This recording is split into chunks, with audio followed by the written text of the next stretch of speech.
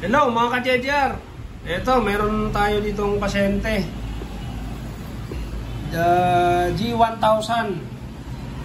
Mga ka-JJR, ang problem ito, malabo na mag-print.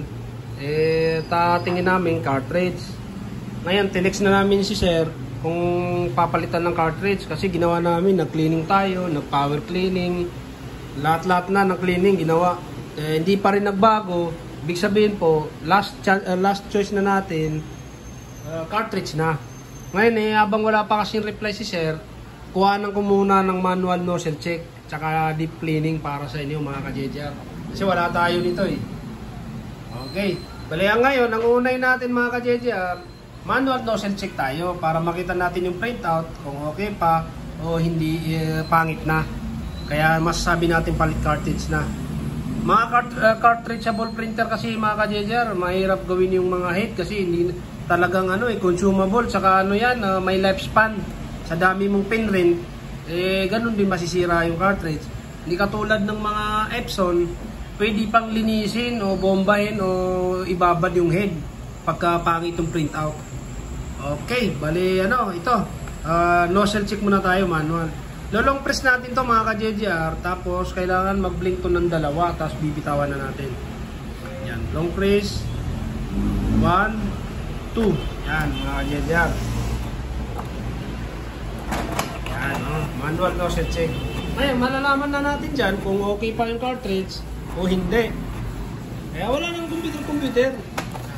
Ito mga ka-JJR, pangit na. Ngayon, kung halimbawa ikaw, wala ka pang idea na cartridge, ang second move mo, i-deep cleaning natin siya. Cleaning para makita natin. Pag hindi nagbago, cartridge na po. Papalitan nyo na po yung cartridge. Alright, bali ito. Deep cleaning naman tayo mga ka-JJR. Ang gagawin ng deep cleaning mga ka-JJR, long press to, isang blink lang siya para mag-cleaning. 1, yan. Okay, bitaw na, tapos magka-cleaning na po yan mga ka-JJR. O ayan mga ka-JJR, cleaning na siya.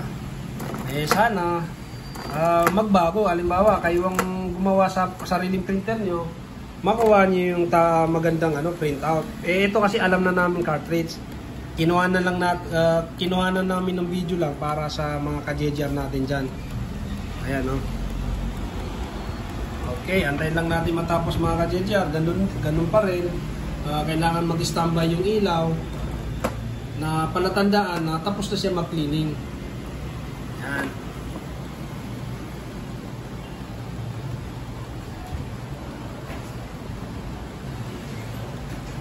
Wait lang natin mga ka-JJR. Nangyayari naman yung mga ganyan mga ka-JJR. Yung mga minsan naiiwan yung printer na matagal ka nang hindi nag-print, 1 week, 2 weeks. Ngayon, pwede mong i-check sa ganyan. Ayun mga ka-JJR, nag-steady na siya. Ngayon, try na natin mga ka-JJR. Halimbawa, kung kayo printer nito, try nyo na ulit kung okay na yung printout. Pwede rin dalawang cleaning mga ka-JJR. Pag ayaw pa rin, cleaning pa ulit para makita nyo. O kaya ink-flashing kayo sa my computer, pwede na kayo magbukas ng computer. Ngayon, try natin ulit yung nozzle check niya kung nagbago. 1, 2. Yan, mga ka-JJR. Ayan, nozzle check na naman siya ulit. Try natin. Halimbawa, ito yung printer niyo kasi ito kasi alam na namin cartridge eh. Ayan, halimbawa, nag-nozzle check ulit siya. Wala nang bago kasi sira yung cartridge. Yan, okay mga ka-JJR, hanggang dito na lang. Sana may napulot na naman kayong kaalaman. Kahit mga konting ganito lang nakakatulong tayo. Maraming salamat mga ka-JJR.